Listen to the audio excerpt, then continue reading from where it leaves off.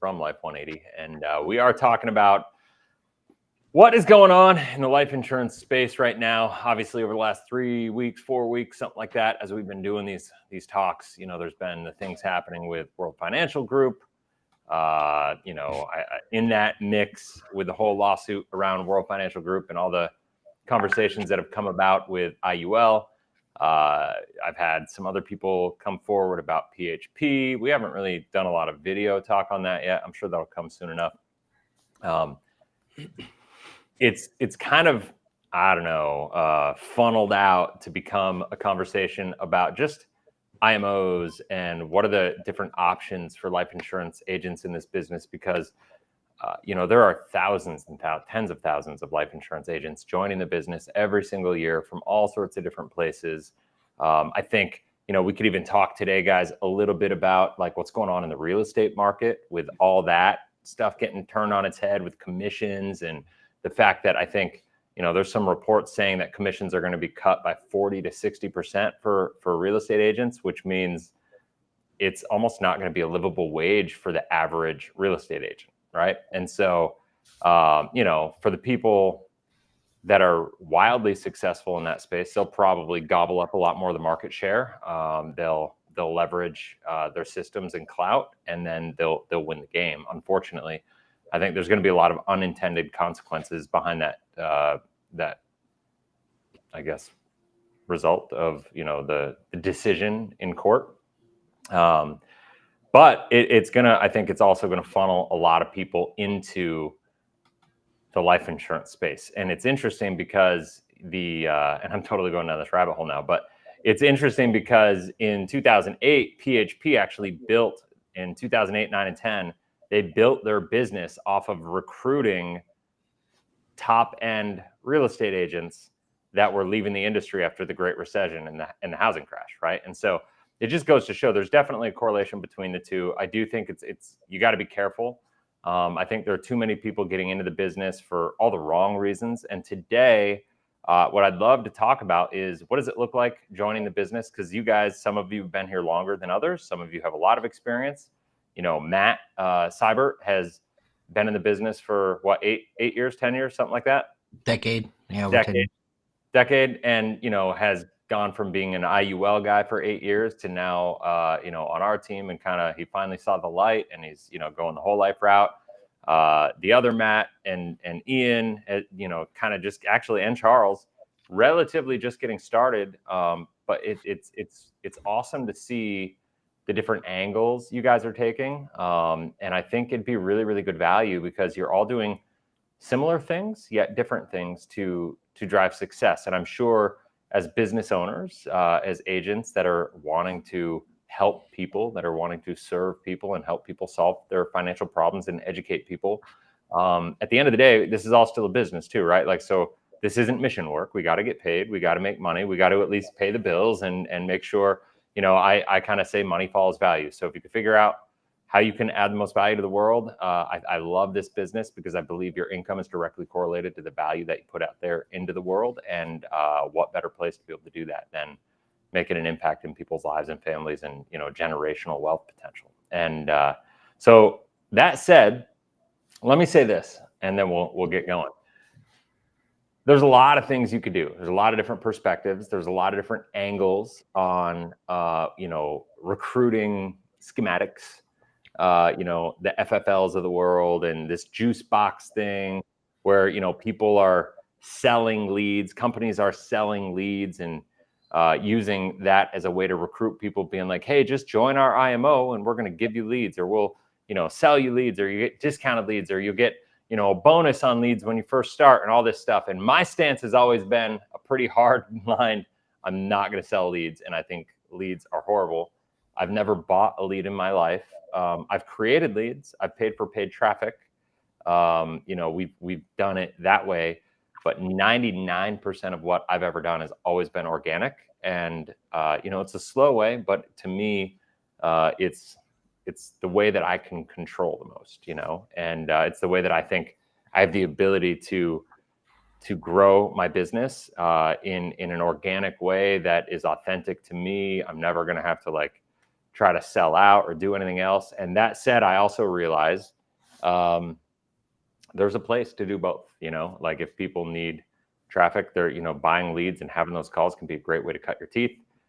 Great way to start having conversations and like really seeing, kind of like getting a perspective of what's going on in people's minds, where they at. But it's also kind of hard when you're first buying leads and you're not really proficient at what you're doing yet, right? And so now all of a sudden, if you don't understand these products inside and out, and you really don't understand all the different problems it can solve, the only thing you're going to be able to do with a lead is sell them an objective, and then I think you're selling them short, right? And so that said, let's do this. Let's I would love to make it so we just kind of do this round robin, because you all at the end of the day joined Life 180.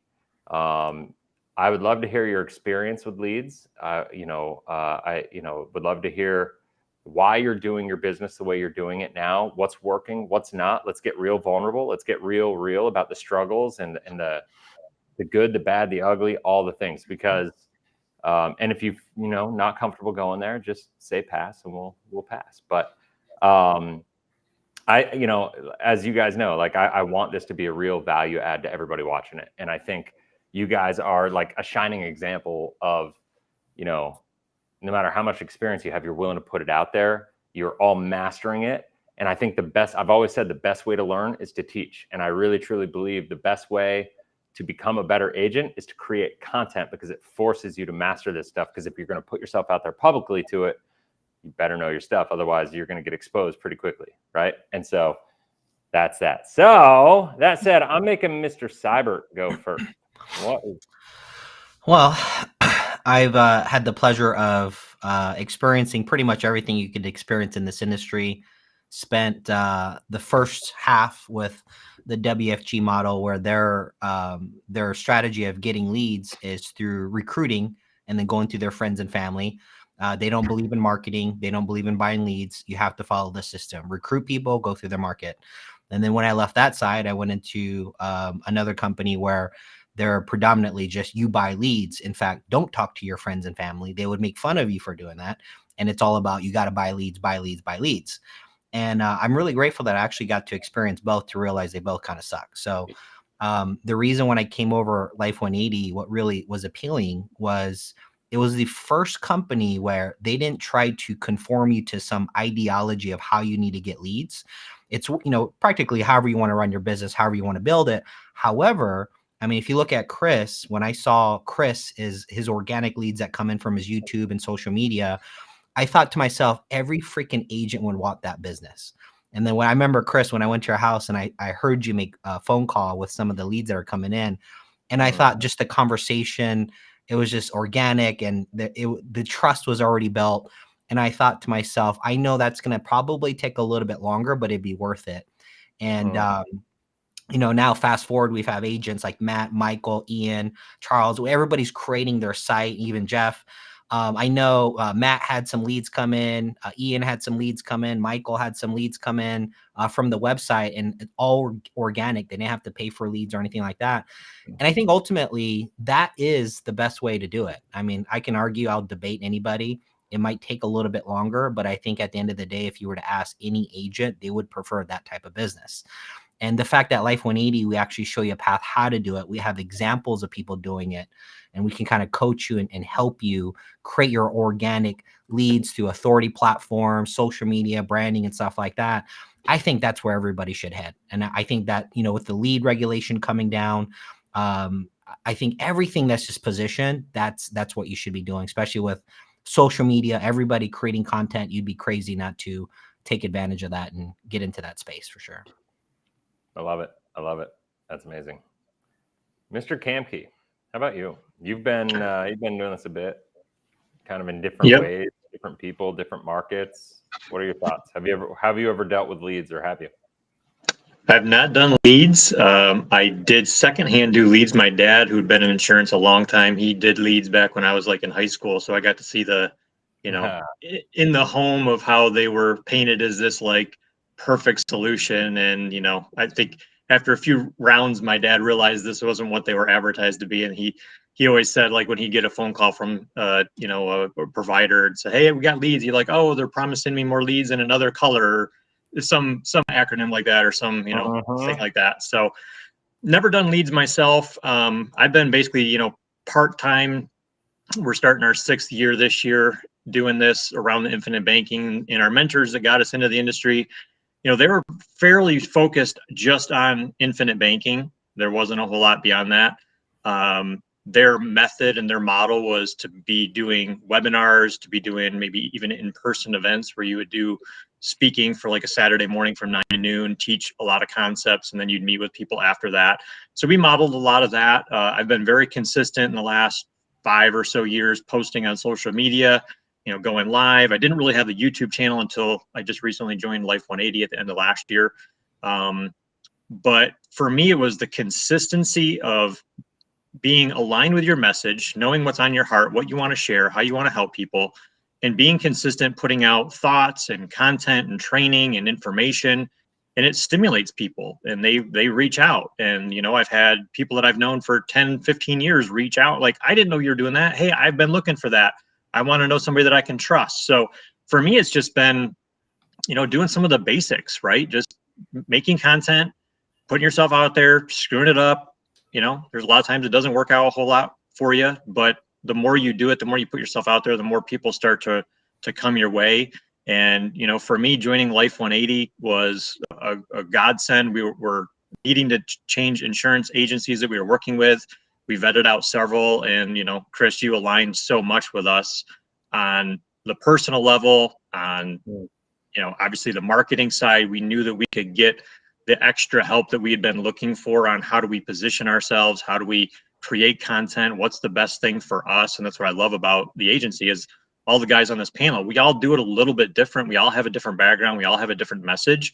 And you and Matt and the whole team have been very supportive of everything that we've been doing and encouraging us to find our voice in the way that we want to do it, and, you know, go run with it, go help people in that way. So I've loved our time here and what you've helped us learn and just develop our skills to just help more people is really, you know, my experience here. So it's been great. I love it. I love it. I love it. That's amazing. I am lost on my thing here. There we go. So that's awesome. I love it. I love hearing these stories, you know, just the different perspectives already. And Ian, I'm going to have you go. Because I met Ian. For everybody who doesn't know, I met Ian at a World Financial Group event, and so he's got that background, and he was just kind of you know, getting rolling there, and you know, I guess we found him just in time. But like, I'd love to hear kind of your perspective, because you came in with a bit of a different perspective, like, and yeah, just share it. It'd be awesome. You're muted. Thanks, Chris. So right before we met, actually, I'd been working with a coach who had developed a 7-figure coaching business doing high-ticket sales.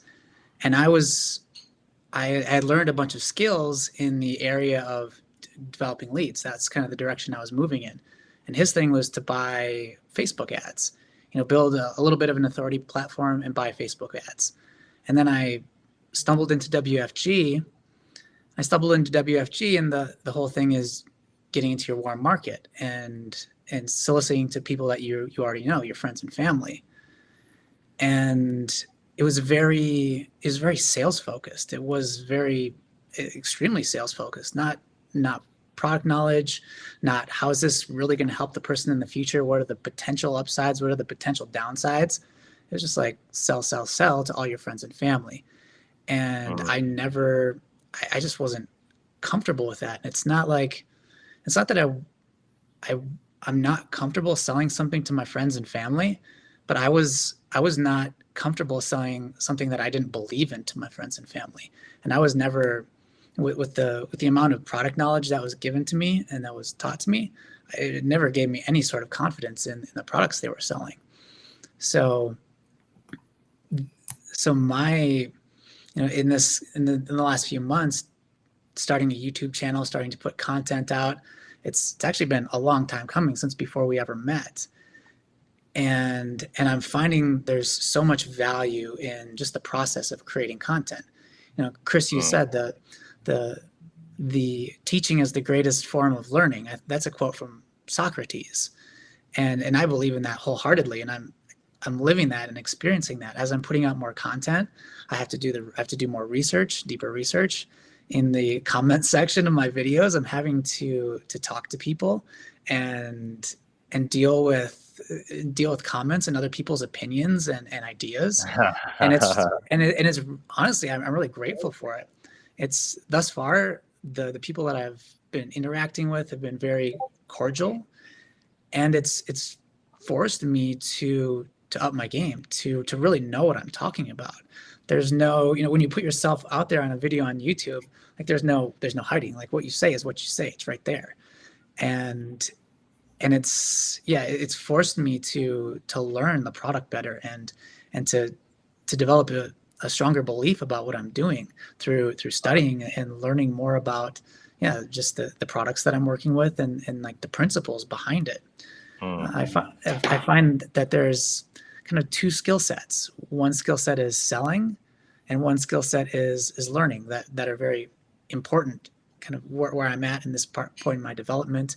And I think for a lot of people who are agents and who are selling life insurance and who are doing this, selling and teaching, and I lean more towards the teaching, because I go back to that parable from the Bible. If you teach a man to fish,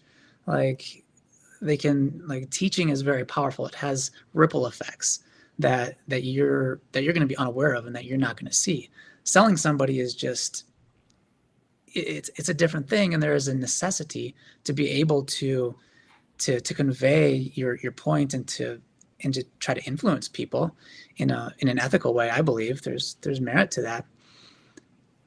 But for me, the teaching aspect of it has been so powerful, and helping to educate people, and in doing so, first I need to educate myself. So it's been a very beautiful growth process, and not without its share of growing pains. It's taken a lot longer to develop the leads than I thought it was. Than I thought it was going to be. If I'm being completely honest, I did not reach my goals for this month, not even close, because I thought it was just going to happen a lot faster.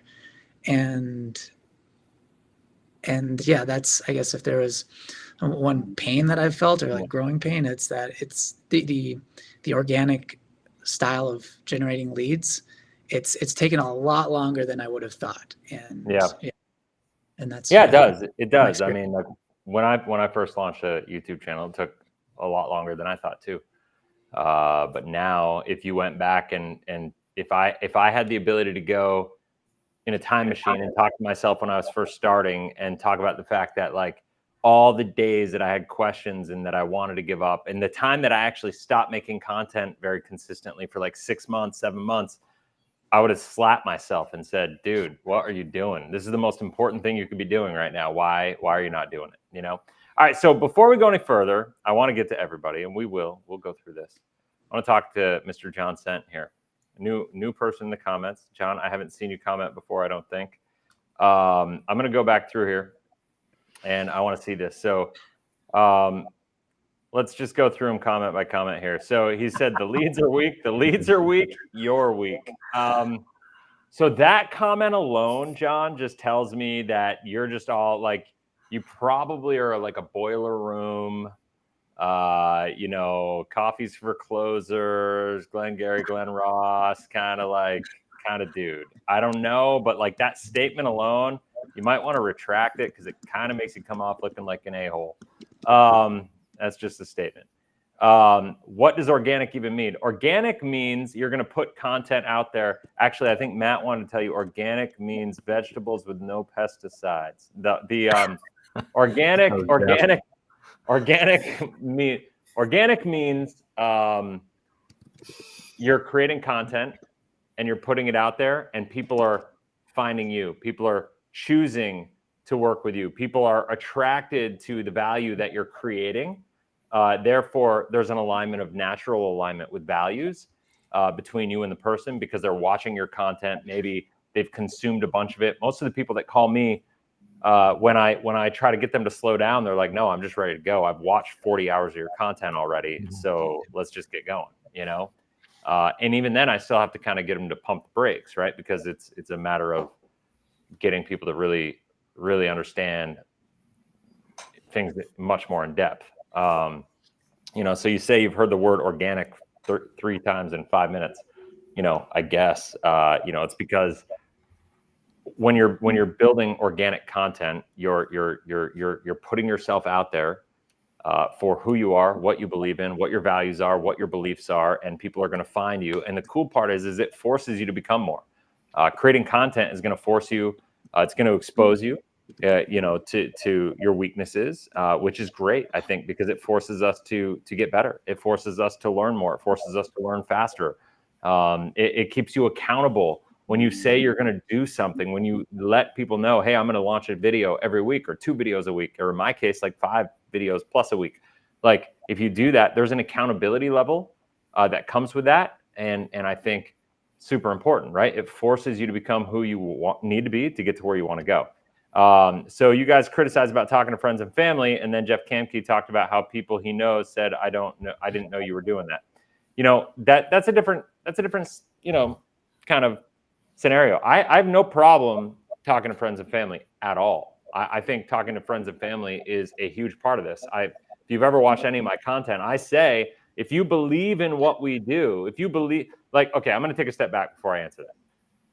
Different people have different emotional blocks around friends and family, right? Like, because sometimes when you first get started in this business, you know, I think most people know the failure rate is pretty high. 93% of agents are going to fail in the first 3 years. And I think people want to see you have a little success. And it's kind of like, it's hard to sell to the people that are closest to you for a lot of people. For me, that wasn't the case, but I'm never going to criticize somebody if that is the case. I do think that you have a responsibility to start to learn this stuff so inside and out, that you believe in it so much that you not talking to friends and family you feel guilty about, because you believe in it so much that you know that if something happened to you, or something happened to somebody that you love, you know, a family member or a friend, that you'd feel guilty, right? Because you know you could have made a difference. And, you know, I never had a problem talking to friends and family. I have made mistakes myself, not being bold enough with friends and family, not getting them to take action because they didn't want to do it. And, you know, I've shared the story on multiple videos. My best friend died at 51 years old, and he and I had a conversation. He had $250,000 of life insurance, but he was a $300,000 a year income earner, right? And so, you know, that's a kick in the gut, you know, and that's, you know, it was hard going to his daughter's wedding when she was 22 after he died, a couple of years after he died. And, you know, hearing, you know, that his wife had to sell their big house and move into a little condo and is back to work, you know, making $60,000 a year just to get by, kind of deal. You know what I mean? And I know that had I pushed harder, I could have had an impact on that, right? And that, for my best friend in the world, that I feel horrible about it, right? And that's something that I had to go through, right? And so, you know, it's a fool me once, shame on me, or there's no shame, I guess, but it's fool me once, you know, fool me twice. Like, I'm not going to make the same mistake twice. You know what I mean? Like, and sometimes that's just how we learn. And John Maxwell wrote the book, Sometimes You Win, Sometimes You Lose, but he crossed out the lose and put learn. You know, you just learn from these situations. You learn from the mistakes, and as long as you're moving forward and you're growing and you're constantly trying to get better and help people, that's what it is. I'm going to let Matt say something in a second, but the thing about that I have a problem with the friends and family thing is the fact that, like, IMOs like WFG, PHP, PFA, and all these things, their whole model is an internal consumption model. It's not a matter of like, hey, you're just talking to friends and family. If you're talking to friends and family and you've done the work ahead of time and you're a product expert, and or you're aligned with people that are, then and you trust them and you've built that real trust, and there's no manipulation around people and guilt around people, and just like this whole just follow the system and success leaves clues and all these cliche BS statements that make me want to stab somebody in the eye. Like that's the stuff that's a problem. It becomes the blind leading the blind. And so I think you absolutely should get to know these products well enough and have them yourself and live them and believe in them enough that you feel guilty not talking to your friends and family.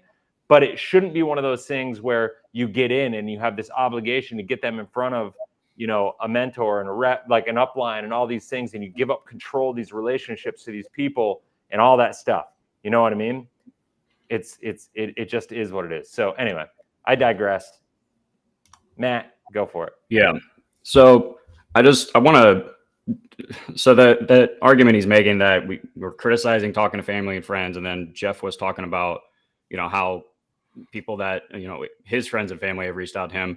It's just a faulty argument. Like, we're not even talking about the same thing. There is a very big difference between when you join a company like WFG and they tell you, make a list of all your family and friends, and we're going to call them and book appointments, and we're going to sell them on this, and you're going to make all this money, whatever that process is, versus someone like Jeff sharing his journey, sharing what he's learned, providing value to his network on these different platforms, and then having his friends and family naturally reach out to him. Mm-hmm. It's just a huge difference. Like, it's not even a comparison.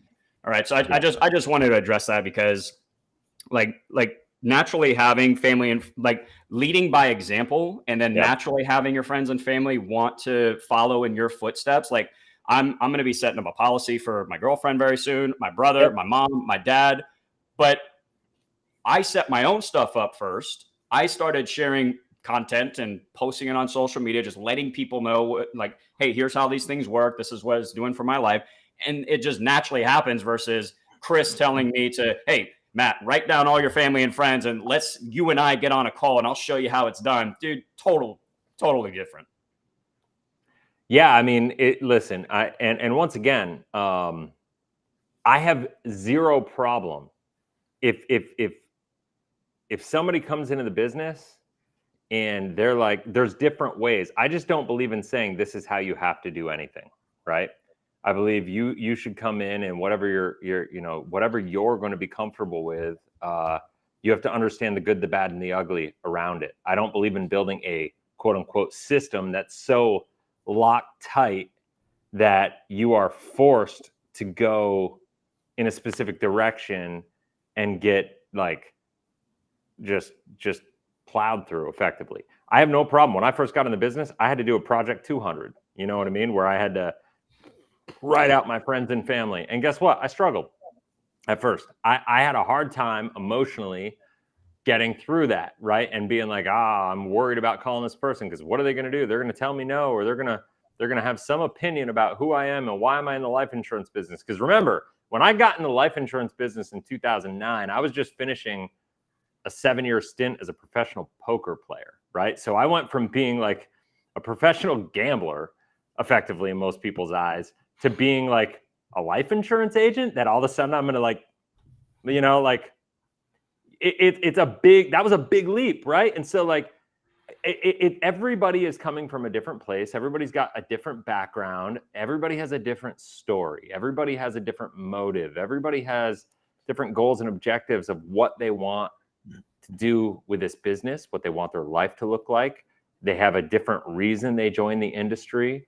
And it's, I don't think you can create a blanketed system. And the challenge when you look at World Financial Group, PHP, PFA, and all these companies, it's all about the bling. It's all about the passive income and the business opportunity. And if you listen to all the things, it's me.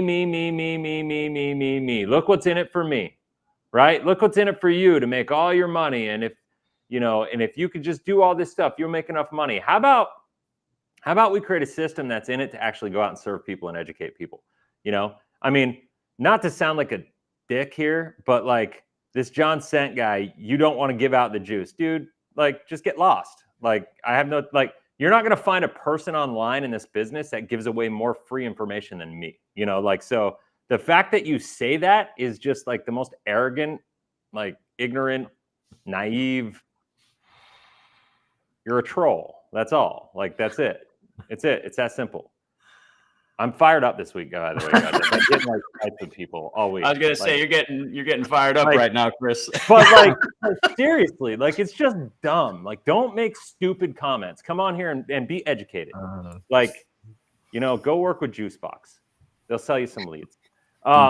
New York Life makes agents set it up. Okay, yeah. So here's the deal, though. Like, no problem at all. Like, if somebody came in here, like, and that's what they need to do. Well, I do believe everybody should at some point in time work their list of people. But I don't believe when Charles Newton joins our agency that the first thing he should do is go hammer his friends and family. Because what I believe is the first thing Charles Newton should do is spend some time and learn what the hell he's doing, so we can actually add value. So we can add value to his family. So we can build the relationships and build trust with the people that he's working with. So even if he doesn't understand it, he's doing and following a system that's authentic and real, right? It's not manipulative, right? And like, that's the problem with this business, is we've got too many people out there that don't even realize they're getting manipulated, that are in these systems that are just geared to take advantage of, you know, the 50 percentile. You know what I mean? And if you could do that, then you're going to crush it. You know what I mean? You just are. I don't like your comment. It's not that I don't like your comments. It just makes you look like a moron. Like it just, like, your comments don't even make any sense. You know, like you're John, you're obviously emotional about the sense that, you know, you're connected and you have an emotional confirmation bias going on with whatever model that you're doing. If it's leads, your comments about the leads and you know, telling people they're weak because the leads aren't working tells me enough about your character that I don't want you in my life. That's fine. And if it's something else, if it's you're involved with the World Financial Group and you're you know, on the confirmation. Okay, so he's saying he's tried leads and they suck. So if it's that you're now doing the World Financial Group model or the PHP model, and you're doing the friends and family thing, which I'm gathering is the case because, you know, you're trying to defend it. I'm all about it. I'm all about the fact that at some point in time you should do it. He's saying that he's confused. Am I confusing people, guys? No, I don't. I think I don't know what he's thinking, but we have no problems talking with friends and family. It's just how you go about doing it. I don't even understand where he got the criticism from, because, you know, it's like we were criticizing. We were basically saying, like, you know, not wanting to talk to friends and family, like, because there's an element of, like, some people want to get into this business and they don't want to talk to friends and family. I've done videos on this a lot. We've talked about this already. Like, the challenge is my take on this. I'm just going to put my take blanket on the table. If you're not willing to talk to friends and family, then you probably are not ready to be in this business because you don't believe in it enough. Okay. I'm going to just say that. And when you first join a company, you probably don't believe in this enough to talk to friends and family. Like, unless you got into this business because you had a lifetime tragedy where you lost a family member and you didn't have life insurance and you had the value of it and blah, blah, blah, right? So you got into the business because you had an emotional connection with the life insurance game. When I got into this business, to get me through it for a year before I was going to go join financial planning firm with my father-in-law. 6 months into it, I realized, like, whoa, I love this. I'm never going to do anything else. I fell in love with IUL, ironically. And then I realized, like, whoa, that was a mistake. And the more I grew, the longer I've been here, the more I love what we do, the more important I think what we do is. And the more I'm able to get out of my own way, get past my own ego, and just try to serve people, not worrying about what's in it for me. And yeah, different people, everybody's got a different story. So I'm not gonna sit here and judge anybody for having a challenge talking to their friends and family, because I was that guy, but I will say this: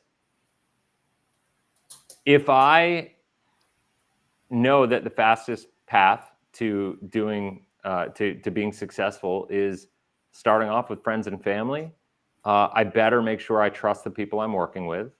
I better make sure my values and my beliefs are in alignment with the people I'm working with, because that's real mentorship. Bringing, like, the thing about the friends and family and the WFG, PHP, PFA, GFI, is that the new one that's going on? Like, all these different things. Like, the thing about those is that it's all positioned under mentorship and leadership and guidance. And no, it's not. It's just manipulation. It's just like, they're just giving you a system and telling you what to do. They're not really teaching you. They may teach you how to make money into whatever in their system, be successful in the system. But the whole system, the whole crux, the foundation of that system is just getting people to follow the system and not really becoming any more, like, not growing, not adding more value to the world. It's maybe teaching you how to follow the system, edify your upline, sell based on the script, follow a slide deck presentation and whatever. That's the problem. So anyway, I'm done. Who's next? I think he is too. Yeah. Matt, did you go? No, not yet. Go. I'll try and keep this as short as I can, because I could talk about this for a very long time. I'm putting a 5-minute timer on your ass. Yeah. Just kick me out if I go past it. So, yeah, being somebody that built an entire marketing business from a YouTube channel, I know firsthand how powerful it is to create content, and with so many different ways. Like, and it's something that one of the things I would tell all of my clients too, because I taught a lot of these different ways to generate leads and stuff, is that I always told them the number one way to generate leads for any business is content, long term. Now, short term, it takes a little while to gain some momentum, but when you have the right system in place, you'd actually be amazed at how fast it can happen. And I just want to give a quick example, because I'm a huge fan of YouTube. I started a new YouTube channel for this business maybe 3 months ago, give or take.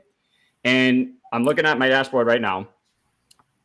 In the last 28 days, 3,100 views, almost 350 public watch hours, 141 subscribers, all by just sharing my journey. That's it. Just sharing what I'm learning about this stuff, how I'm implementing it in my own life, right? Like, it can work. You can get results a lot faster sometimes than you might think, as long as you're consistent with it. That's number one. Number two, I do believe, especially in a business like this, where people are making life-changing, major financial decisions, it is extremely important, one, to know what you're doing, okay? Really understand these products, and not have such a strong focus on sales, because we're not selling potions and lotions and, what is it? Protein powders and stuff like that, right? These are financial products that can have major consequences for people. So you really want to take your time, know what you're doing. But there's also an education process that is involved as well. And if we focus on providing value and educating people versus making a sale, coming up with a really good sales presentation, I can promise you this, guys, you don't need any of that. When you focus on putting content out, sharing your knowledge, sharing your skill set, providing value to people, answering questions, and just sharing your journey, by the time you start generating leads and people book appointments with you, it's literally no sales process whatsoever, or not even close to what a lot of people teach. Like, by the time when someone has consumed so much of your content, and then they went out of their way to go through your funnel, maybe they got one of your lead magnets. That's how I generate leads. I've generated about 52 leads so far, 2 appointments since I started this channel. And so 2 people have gone out of the way after they consume my content to book an appointment. What do you think that conversation is going to be like by the time I get on the call? Like, do I really need to, go Glenn Ross style, boiler room style, and have all these ways to handle objections and stuff like that? And, make sure that I go through a specific set of steps to close. No, at that point, it's really just, I'm asking questions like to figure out what their situation is. What is it that sparked your interest? Is there something specific, a specific problem you're looking to resolve, whatever. And, it becomes more about getting to know them, what the person's goals, situation, finances, and then putting a plan in place, if it makes sense, to help them reach their goals. That's it. But there's no sales process involved. When someone has consumed so much of your content already, you've already answered so many of their questions. They're already sold on the concept. And that's why, when I see these special marketing concepts and whatever, what is it? What's the one that Curtis does? The MPI, TFRA, the LERP, all these dumb things. When it's just confusing to people, it's misleading. You don't have to do that. I don't want people to be surprised that what I can do for them is a dividend-paying whole life insurance by the time I get on the call. I don't want to hide that. I don't want to make it sound like anything else than it already is. By the time I speak to people, I want people to know exactly what I do, what I can do for them, the problems that I can solve. So there is no sales process whatsoever. You just have to be willing to put in the time and effort to create the content. And here's the thing, it's not as hard as you think it is either. You're already learning, or hopefully learning, how these things work. Why not share that with people? And over time, when you're consistent, it's going to build on itself. Every piece of content you create becomes a 24/7 salesperson for you, your brand, your business. And the more you do that, the more it compounds, the faster you get results. And it's any leads that you generate from your content, they are going to absolutely be the best leads you'll ever generate in your business, 100%, because they see you as the expert already. And I'll end on this just to prove this point. In my marketing business with that channel, I get appointments where one of the first things people say to me, they say, "Is this Matty Ice from the video I watched?" Yeah, that's me. You don't need a sales process. You need to focus on providing value to people, educate people about how these things work, and you'll naturally get your family and friends to be interested, your network, and whoever else is finding your content organically. To me, there's no better way to build a business like this long-term than a YouTube channel. I'll end on that. Awesome stuff. I love it. I love how fired up we're all getting today. I don't know. I'm just having one of those days, one of those weeks. I just am not putting up with anybody's crap this week. So anybody wants to get in a fight with me, this is the week to do it. Let's go. WFG, GF5, let's bring it. Come on, let's go. This is the week. Marissa, you asked what software we're using. I don't know. I don't have an affiliate code for this, but I'll tell you, it's fine. We are using Restream.io. I love this software. It's great to do screen recordings. It's great to do meetings like this. You can multicast on different platforms. So free plugin for Restream.io, I suppose. But it's a good platform. And then what am I doing? What software? Film and edit. We're not really editing. It's just editing. The Restream allows you to kind of do this on the fly, which is cool. So it makes it fun. But anyway, let's keep moving. Charles, I love this guy, Charles. So Charles is he's never done this before. Charles, have you ever had an online business or anything? I had 2 yoga studios before. So yeah, 2 yoga studios. Leads, yeah. And I did paid ads and okay. We had 27 employees. So okay, so pretty good size. Yeah. So it's been fun to watch you because you come in and you're working a full-time job. Yep. And now you basically have 2 full-time jobs because you're doing this Correct. not part-time. You're on a mission, and as busy as you are naturally, busier than most people, you're still getting more done and creating content and adding more value and doing things for yourself. And you're so abundance mindset where you're oh, I'm doing this thing and it's great for me. If it works for me, let's just give it to other people too. And just figuring it out. And so I love the mindset, and I'd love to just kind of share your story a little bit on why you're doing this and kind of what your perspective is on how you're trying to grow your business as a fairly new person in the business. Yeah. So like you said, I come from a unique position where my income makes up for me being able to go out and launch this business that I'm creating. So I'm not starving. I don't have to do this. I'm doing it because I'm passionate about it. But there's a few points that you brought up. One of the points that you brought up was leads. I did briefly try Final Expense, like basically buying leads and calling Final Expense leads, which is a horrible thing to do. You're buying leads, and then you're told to call these people 3 times for 3 times a day. So you're calling these people 9 times a day, trying to get them to answer the phone because you're trying to help them get a life insurance policy. And it's the biggest BS scam because not only are you calling them 9 times, but so is 10 other agents. So these people, all they're doing is their phone's just blowing up. And it's such a disgusting way to approach sales and like the whole boiler room mentality. It's horrible. Yeah.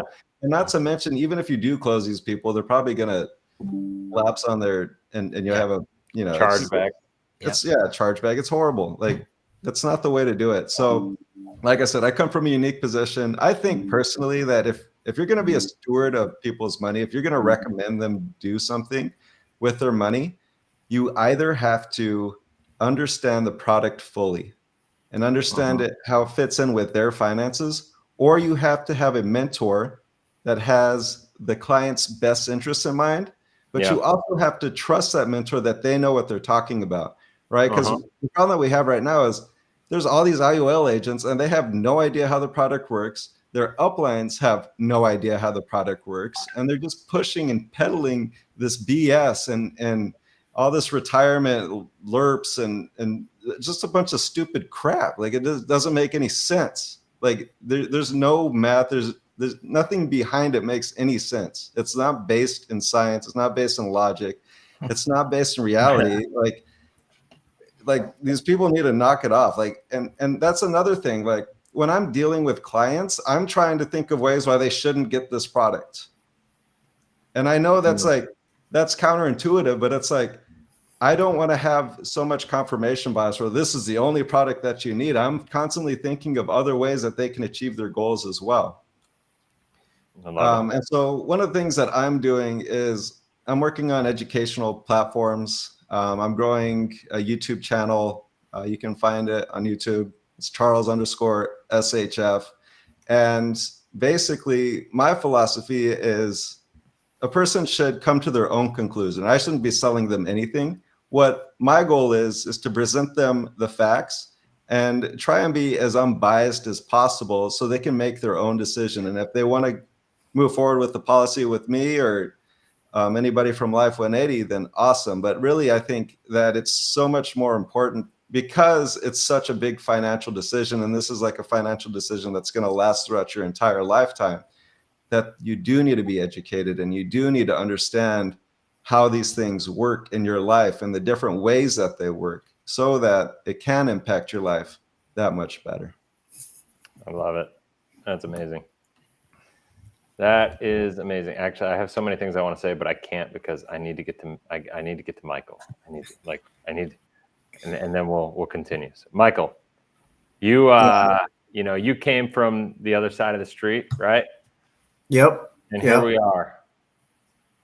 Former VP over at the FFL company. So I'm very familiar with both warm market and leads, right? And I'll tell you this, because the leads were such junk, it got to a point where for my team, I would actually tell them, hey, don't buy any leads before talking to me.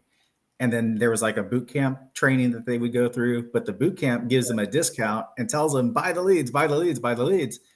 And they would still buy the leads before talking to me. So I actually got to the point where I wouldn't even share their training at all. Like it got that bad. So I had zero alignment with that company where I was at. We did build a multi-million-dollar agency somehow, even with that misalignment. But yeah, I think everything works a little bit, right? And I definitely am 100% aligned with the way you do things. That's what attracted me to come over and meet with you guys. But I like to, so I tell people, like, I'm not your coach, I'm not your manager. I'm your mentor, right? And I like to walk things through it. So, like Charles was saying, he bought leads, and it was final expense leads, and that deal, you get a lot of chargebacks. I had $60,000 of roll up debt hit me. Yeah, it's like, that's the kind of world that's how you end up in, because it's all transactional. It's all like one call closes. Their leads, there's no relationship there.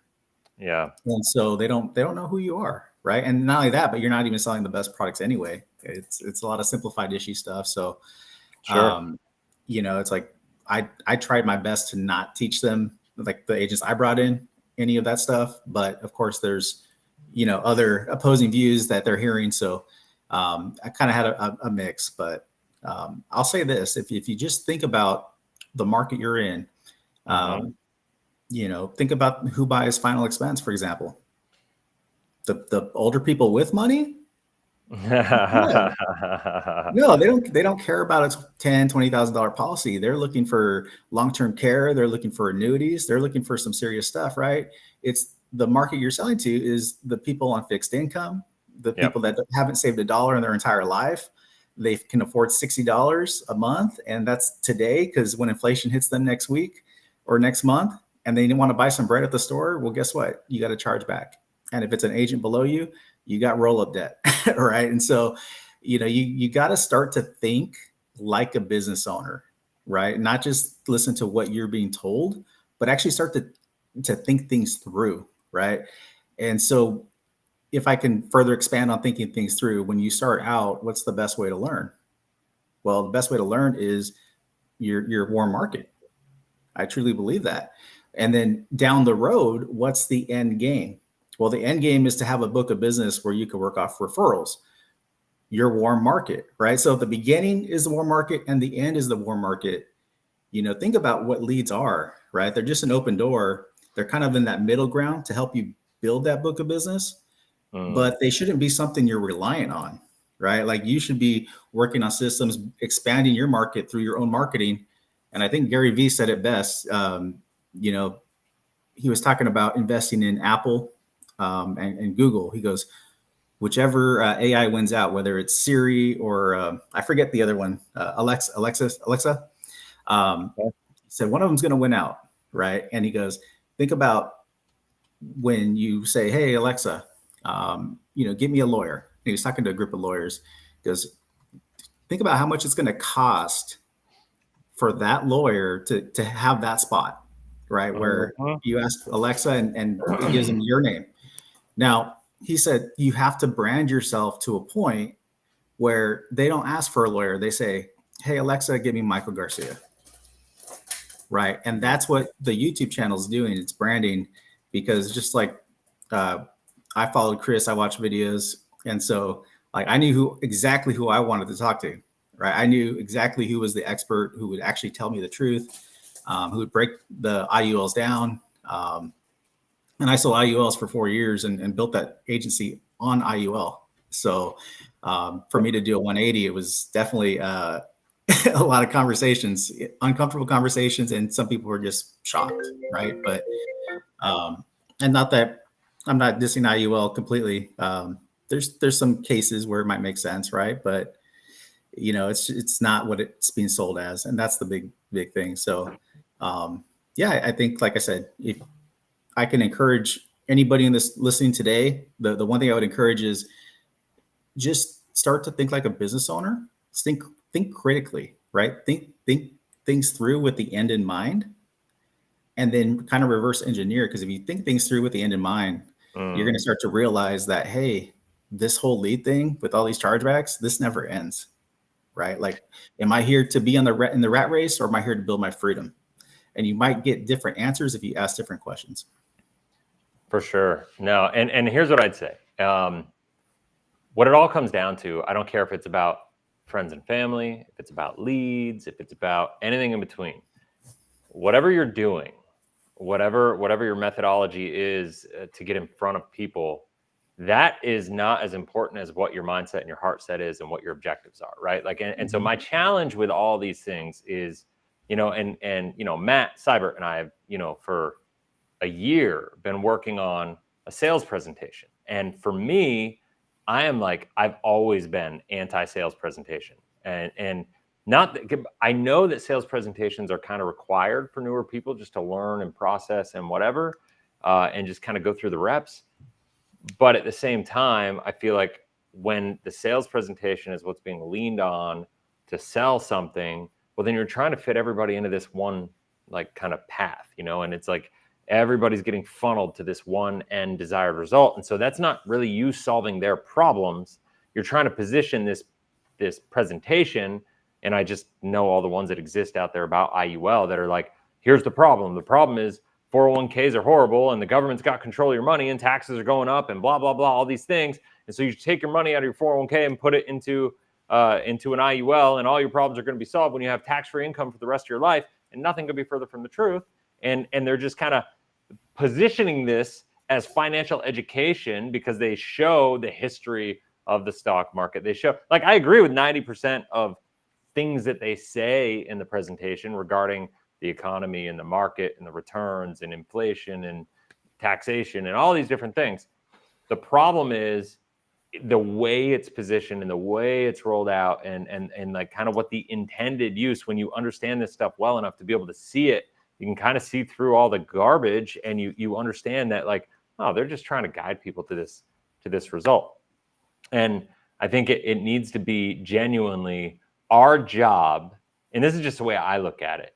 Your job as a life insurance agent, whether you're talking to a lead that you paid for or friends and family, and I'll openly acknowledge this can be harder if you are working with friends and family. What makes it easier when you're talking to friends and family is when you can say, I'm doing this. And I just had this epiphany and it's changing my life and I want to share it with you. I don't know if it's going to be right for you, but I want to share it with you because it's working for me.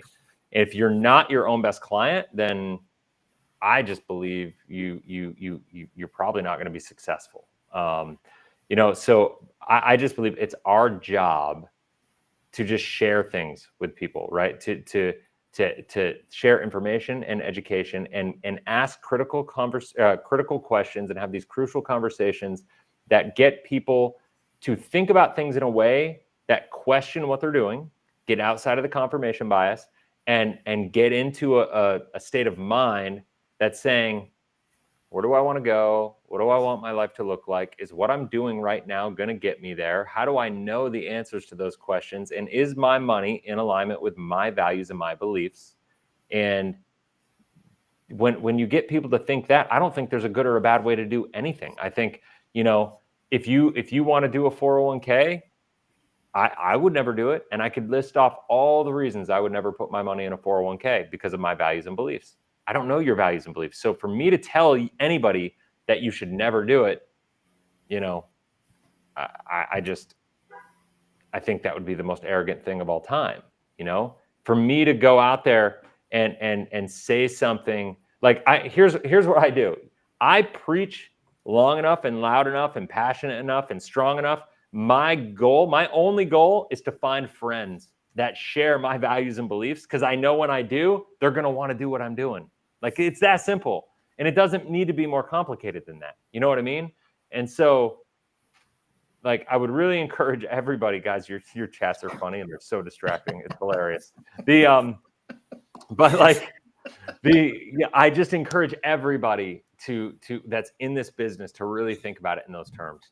Like, I encourage you and challenge every agent in the world to think, am I practicing what I preach? Am I doing what I need to do? And that doesn't mean you have to go get this monster life insurance policy. It just means you have to, like, really get clear on what your values and beliefs are, what you want to accomplish, and reverse engineer that and go there.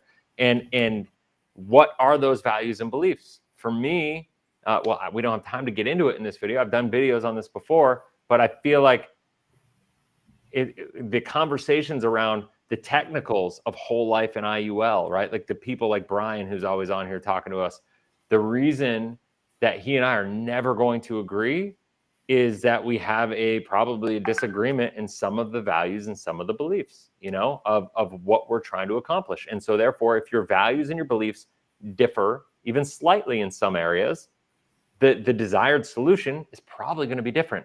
And so I will preach very much absolutely about everything I do. He will preach very absolutely about what he does. And it doesn't mean either one of us are absolutely right.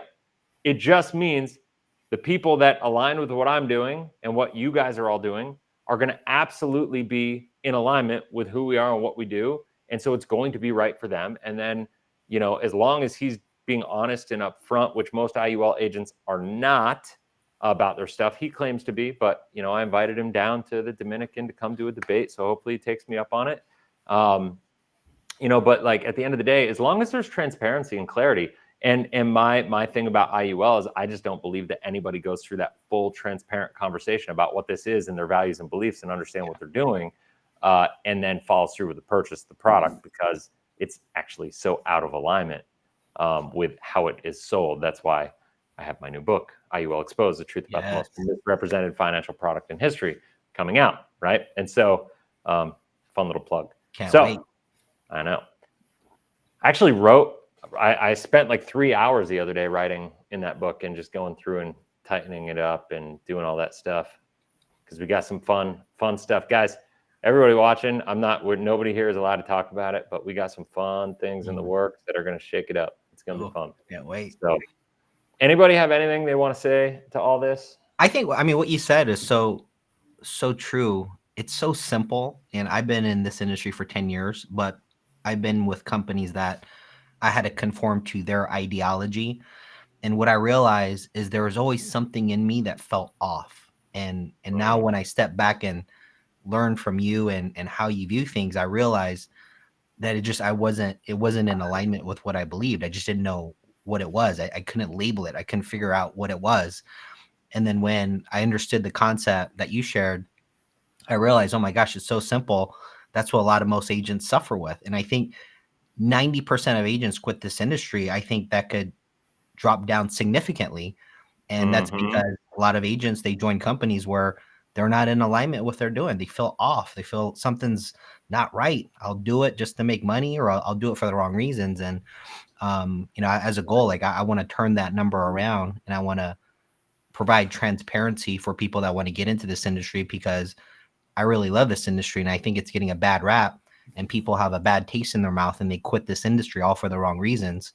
And I just want to expose all that. So I'm just excited what we're doing and what we're building. And I can't wait till when we launch a lot of our projects that we're working on. It's going to be exciting. Yeah. So Logan Hertz on LinkedIn asked, and I can't respond in the chat because the chat doesn't actually type back to LinkedIn, only Facebook and YouTube, but I can see the LinkedIn chat. So I'll put it here. Has anybody found a lead gen service that actually works, that provides good leads, and that they're, that they convert? I mean, that's a loaded question, because then you'd have to identify, what do you mean by works? Depending on what company you work with, their definition of works is completely different than another company. I would be wary if you're going to buy leads, do a lot of research, have a lot of proof. That usually, I've just seen a lot of lead vendors maliciously game the system. They'll give you your first batch and give you really some good high intent leads, and you'll have success and motivate you to buy the second batch, and the second and the third batch are totally dead. And so when you generate leads, you realize how these lead vendors can manipulate that. So really the question is, do you trust the lead vendor? Because they can totally manipulate it. Regardless, this what we're doing, everybody needs to move towards creating organic leads, because come June, when this new lead regulation starts kicking off, you can't buy age leads. It's just going to change the entire lead game. So if you're relying on leads, your business is at risk right now. You need to start thinking of some alternative plans for sure.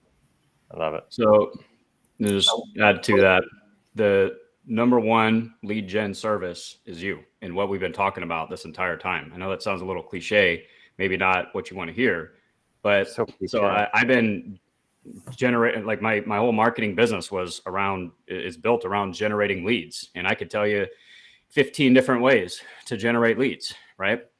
But when I read that comment and he says, he's asking, has anyone found a lead gen service that actually works?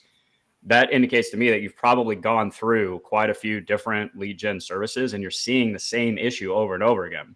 And here's what I tell my clients. Like we run Facebook ads, we've got direct outreach systems, just depending on what business they're in and what they're trying to accomplish. But so one of the complaints that I'll get sometimes is that the leads are crap because they're not picking up the phone and it's hard to get people on the phone or whatnot. And here's the thing. It's not that the leads are bad. They just don't know who the heck you are. Like just because they requested a lead magnet, like a free guide or a checklist or something like that, it doesn't mean they're ready to get on the phone and be sold right now from somebody that they don't know. Right. That's why like the attractive thing about something like Facebook ads or buying leads is that you have people to call right away, like right now. Okay. That's the benefit, but there's always give and take with these things. The con and disadvantage of that is that these people have no idea who you are. You don't know who they are. Right. They have no reference to, like, very, very little reference to what you provide, what you can do for them. And a lot of the services that sell leads, like, you don't know how those leads were generated either. Right. So I'm not saying not to buy leads, I'm not saying not to do Facebook ads or anything like that. But I'm saying if it's an issue that you're having over and over and over again, at some point you need to make the decision to take control of your own lead generation and start sharing your expertise with the world. Pick a content channel. It doesn't have to be YouTube. You can start a podcast. You can start a blog. I don't care what it is. But if you consistently share your expertise with people, you answer questions that people have, they're eventually over time going to find that content. They're going to see you as the expert. They know who you are now. They're going to reach out to you, book the appointment. And that's a whole different conversation at that point. They know who you are. They know exactly what you do, what you can do for them. Oftentimes, you just need to answer a few questions, point them in the right direction, and it's done, right? But it's because you took the time to provide value, education, knowledge, expertise up front, even though that's going to take a little bit longer than something like buying leads or Facebook ads. If you put that time and effort in 6 to 12 months, you're going to have a lead generation machine that will generate the best leads for your business for the rest of your life. I have leads that come in from my channel from videos I did years ago, and it still generates leads, appointments, customers, and clients. And I did that stuff years ago. So if you put the time in now, I think you mentioned it earlier, Chris, or somebody did, the best time to plant a tree was 30 years ago. The next best time is today. Well, if you start today, 6 to 12 months from now, you're doing it consistently, you're never going to need to buy another lead ever again. You're never going to need to ask that question ever again, because you have this system that just brings in the leads because people find so much value in what you're providing. That would be my 2 cents on it. Yeah. I want to get on something Matt was talking about, and I look at the comments here. Mike German said many great points today. Always enjoy hearing perspective from all corners of the business, not just one MGA solo. And I like to, like I said, I like to get people to think for themselves, right? And I think Robert Kiyosaki's like all about that. And you want, from a lead generation, you want something that you have control over, not just something that you blindly give money over and someone else has all the control, right? Because risk is when you lack control or you don't know what's going on. So you definitely want to have that control. What that looks like, I'm not 100% sure what that looks like for you, but that's something that you could walk through, right? But even from, like how you want this business to look, like I always like to ask people, like, did you get into business to work for the MGA or the IMO that you're with, or did you get in business to build your own agency, to build your own freedom? And I have yet to have somebody say, oh, I got recruited to work for WFG. I got recruited to work for PHP. It was always for their own dream, for their own business. Right. And if we can establish that, then we can understand the MGA, all that stuff doesn't matter. Right. Like what matters is how can we push your business forward? And let's take a critical look. Right. And so from that perspective, if you have a mentor telling you what to do, it's not a mentor. Right. That's a manager. That's like, hey, this is what you need to do. And you need to have somebody who's going to walk you through and think things through, right? Because I have a lot of experience. I share that experience, but I don't tell anyone what to do. I share, hey, this is what's worked for me in the past. But ultimately, people have different characters. People have different personalities, and it's like, okay, how do we make this work for you? And if you don't have somebody like that in your corner, I mean, ultimately, what I love about this business is you're creating your own thing, right? Period. And that's how it should be. And it shouldn't be conformed to anybody else's vision. It should be your vision. And if you can get clear on your vision, you'll never quit this business. You'll be passionate about it. You'll make it work, and you'll be successful. I promise. But you got to get clear on what your vision is. Love it, man. That's awesome. Anybody else have anything they want to end with? One last thing, just real quick. I knew you couldn't help. He said Chris has given the pass with the lead and recruiting strategies of corporate WFG. However, there are many of us that work on our own principles. So the last thing I want to say is you work on your own principles because you don't agree with the principles of WFG. Then why are you with the company? And Why are that's you a aligned with really them? big problem. You shouldn't be in a company if you can't align with their principles. If you have to do something else, you should not be with that company. That's all I got to say because I don't want to go on a rant. I like that though. That's good. Well identified. So, no, that's awesome. Well, hopefully, the goal. This video went a little differently than I thought it would go. I guess this guy, whoever he was, what was his name? John Cent. Although that's a burner. The burner not comment. even really.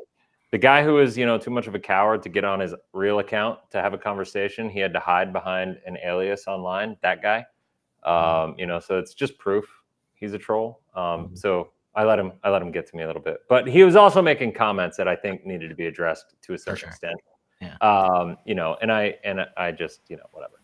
But hopefully everybody found value in this. Like I can't express like how important I think this stuff is.